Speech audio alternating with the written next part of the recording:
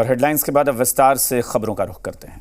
और इस वक्त रूस और यूक्रेन के बीच तीसरे देश बेलारूस में युद्ध विराम को लेकर 3 घंटे तक बातचीत हुई, लेकिन बातचीत के टेबल से जो खबरें आ रही हैं उससे लगता है कि जंग अभी रुकेगी नहीं। यूक्रेन ने रूस से मांग की है कि क्रीमिया और डोनबास समेत यूक्रेन के सभी इलाकों से रूसी सेना वापस चली जाए। पुतिन ने 2014 में हमला करके क्रीमिया को रूस में शामिल किया था। ऐसे में वो यूक्रेन की मांग मानेंगे, उम्मीद कम है।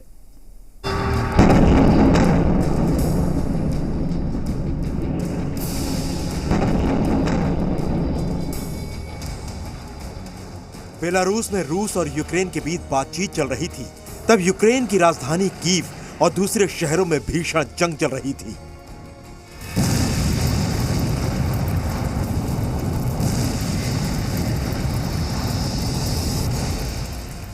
पांचवें दिन की शुरुआत रूस के जबरदस्त हमले से हुई। रूस ने यूक्रेन पर रॉकेट की बरसात कर दी।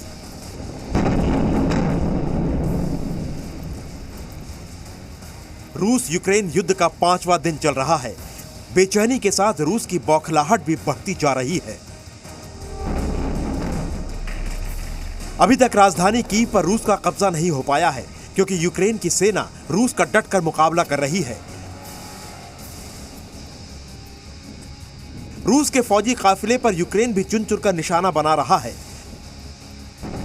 यूक्रेन ने एक वीडियो जारी कर दावा किया कि उसने ड्रोन हमले से रूसी सेना के टैंक तबाह कर दिए। यूक्रेन के दूसरे सबसे बड़े शहर खार्किव में भी भीषण जंग चल रही है। 5वें दिन रूस ने खार्किव पर जबरदस्त बमबारी की।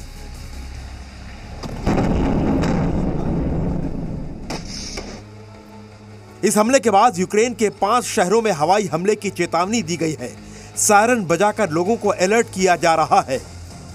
इस बीच यूक्रेन का दावा है कि रूस की सेना को भारी नुकसान हो रहा है। यूक्रेन ने एक वीडियो भी जारी किया। ये तस्वीरें कीव से करीब 50 किलोमीटर दूर बुखा प्रांत की हैं। इस वीडियो को बुखा की सिटी काउंसिल के मेयर ने जारी की है। वीडियो में रूस के बख्तरबंद टैंक दिखाई दे रहे हैं, जो भारी बमबारी के बाद तबाह हो गए हैं।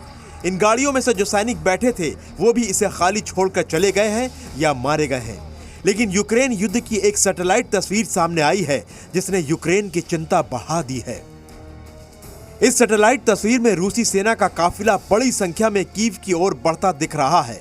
सैटेलाइट कंपनी का यह दावा है कि यह काफिला 5 किलोमीटर लंबा है। 2 दिन पहले खबर आई थी कि रूसी सेना कीव से 20 किलोमीटर दूर है, लेकिन यूक्रेनी सेना के पलटवार ने उन्हें हैरान कर दिया। शायद यही वजह है कि रूस और ज्यादा सैनिक कीव के कब्जे के लिए भेज रहा है। इस बीच रूस ने राजधानी कीव से करीब 30 किलोमीटर दूर मौजूद वसील कीव एयर बेस के पास मौजूद एक तेल डिपो पर मिसाइल से हमला किया। हमले के बाद तेल डिपो धू-धू कर जल उठा। कीव में यूक्रेन के लोग अपने घरों में डरे और घबराए हुए हैं। Але вдома якось ми майже не спали.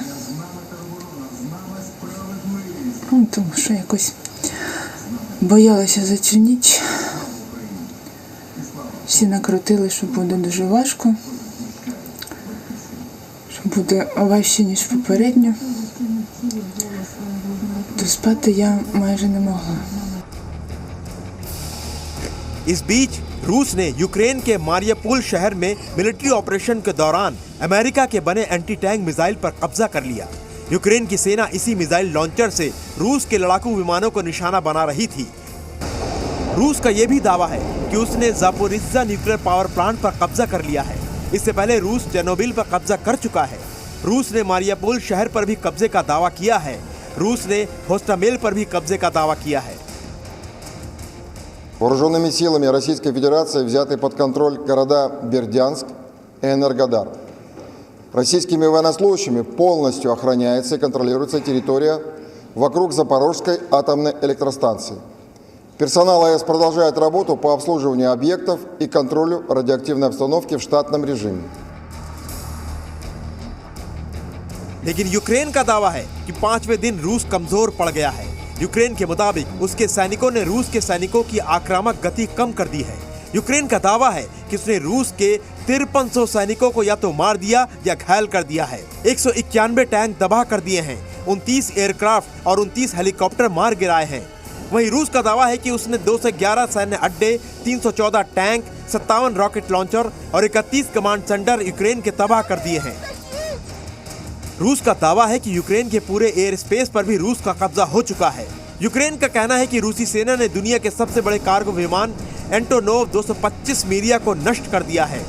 यूक्रेन के विदेश मंत्री ने रूस के नागरिकों से अपील की है कि वो पुतिन के पागलपन को रोकें। Украина ни на кого не нападала и не планирует нападать. Мы хотим жить в мире. Но для этого Путин должен остановить войну и уничтожение российской экономики, которое уже началось, и от которого пострадаете вы. एक तरफ जंग चल रही है तो दूसरी तरफ यूक्रेन और रूस के बीच बातचीत भी चल रही है।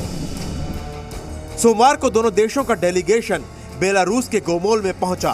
बैठक में यूक्रेन के रक्षा मंत्री भी मौजूद रहे, लेकिन बैठक से पहले जिस तरह की बयानबाजी चल रही है उससे शांति कायम होने की उम्मीद कम ही दिखती है। बातचीत से पहले यूक्रेन के राष्ट्रपति ज़ेलेंस्की ने रूस को चेतावनी देते हुए कहा कि यूक्रेन से वापस चली जाए रूस की सेना। यूक्रेन का हर नागरिक वॉरियर है, विश्वास है कि हमारी ही जीत होगी। यानी कोई पीछे हटने को तैयार नहीं है। युद्ध कब खत्म होगा ये किसी को नहीं पता, लेकिन इसका अंजाम सबको पता है। संयुक्त राष्ट्र मानवाधिकार आयोग का कहना है कि 5 दिन के युद्ध में यूक्रेन में 7 बच्चों समेत 102 नागरिकों की मौत हो चुकी है। अगर बातचीत का कोई नतीजा नहीं निकला तो युद्ध और भीषण हो सकता है। इसलिए यूक्रेन के लोगों का पलायन जारी है। कड़ाके की सर्दी और बर्फबारी के बीच छोटे छोटे बच्चों के साथ लोग बॉर्डर पार कर रोमानिया और पोलैंड में सुरक्षित जगहों पर जाने को मजबूर हैं। Bureau report, C media.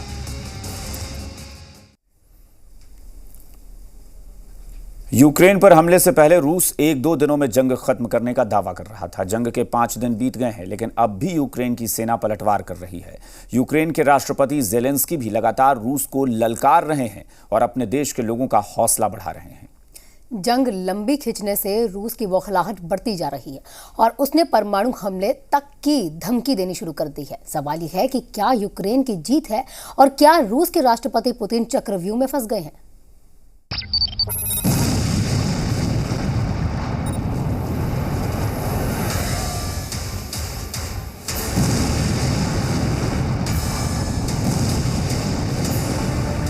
युद्ध के 100 घंटे पार होगा जबरदस्त प्रहार।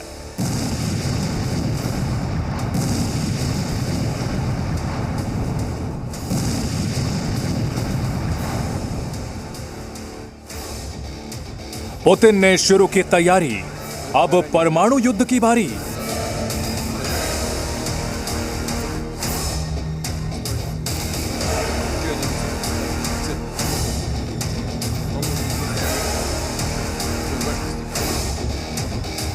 रूस की तैयारी से यूक्रेन परेशान, दुनिया हैरान।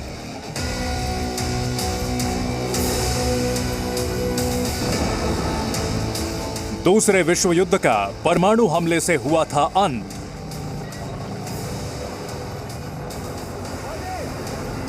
जब जापान पर अमेरिका ने गिराए थे परमाणु बम।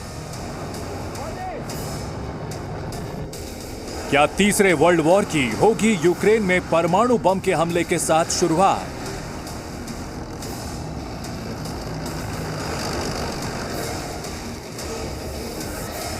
क्योंकि पुतिन ने परमाणु हमले की सबसे शुरुआती कार्रवाई शुरू की।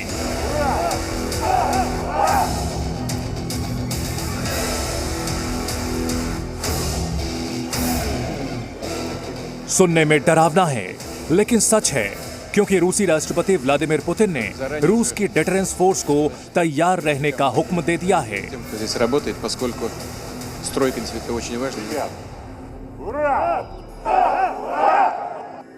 आसान शब्दों में कहा जाए कि पुतिन ने अपनी सेना को परमाणु युद्ध के लिए तैयार रहने का हुक्म दे दिया है। हालांकि सुकून की केवल बात यह है कि अमेरिका ने अभी ऐसा कोई जवाबी कदम नहीं उठाया है।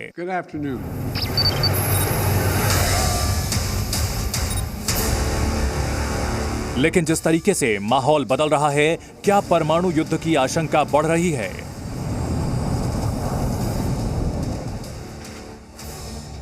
क्योंकि अब बेलारूस ने बड़ा फैसला करते हुए अपने परमाणु स्टेटस पर संविधान में संशोधन कर दिया है। अब बेलारूस में परमाणु हथियारों की तैनाती हो सकती है। ऐसे में रूस की मदद कर रहा बेलारूस अपने देश में परमाणु हथियारों की तैनाती करवा सकता है। अगर रूस की परमाणु ताकत की बात करें तो रूस के पास 4 से 5 हजार न्यूक्लियर हथियार हैं, जिसे मिसाइल, एयरक्राफ्ट और न्यूक्लियर सबमरीन से फायर किया जा सकता है। पुतिन के मौजूदा आदेश की बात करें तो इसका मतलब है कि न्यूक्लियर हथियार वाली लंबी दूरी की मिसाइल लॉन्च के लिए तैयार, न्यूक्लियर हथियार के साथ न्यूक्लियर सबमरीन समुद्र में जाने के लिए तैयार और फाइटर जेट्स में न्यूक्लियर हथियार वाली मिसाइलें लगा दी गई हैं। रूस की न्यूक्लियर हथियारों की नीति के मुताबिक उसका न्यूक्लियर हमला अंतिम विकल्प होगा और इसका आदेश सीधे राष्ट्रपति पुतिन ही देंगे। अब आपको अमेरिका की न्यूक्लियर हमले की तैयारी के बारे में बताते हैं। अमेरिका न्यूक्लियर हमले की तैयारी के लिए डिफेंस रेडी कंडीशन यानी डेफकॉन का इस्तेमाल करती है। इसमें कुल 5 लेवल होते हैं। लेवल 5 का मतलब है न्यूक्लियर हमले की तैयारी करना। लेवल 4 का मतलब है तैयारी सामान्य से ज्यादा हो। लेवल 3 का अर्थ है कि एयरफोर्स 15 मिनट में हमले के लिए तैयार है। लेवल 2 का अर्थ है कि थल सेना 6 घंटे के अंदर बड़ी कार्रवाई के लिए तैयार है। और डेफकॉन लेवल 1 का अर्थ है कि न्यूक्लियर युद्ध या तो शुरू होने वाला है या शुरू हो चुका है। डेफकॉन 1 के लेवल पर अमेरिका की हर फोर्स तुरंत जवाबी न्यूक्लियर कार्रवाई के लिए तैयार हो जाती है। अमेरिका ने आज तक केवल एक बार 1962 में क्यूबा मिसाइल संकट के दौरान लेवल 2 तक की तैयारी की थी। लेकिन अगर रूस की बात करें तो उसने जिस तरीके से न्यूक्लियर हथियारों को लेकर सबसे पहले तैयारी शुरू कर दी है, उससे अमेरिका सहित पूरी दुनिया का परेशान होना लाजमी है।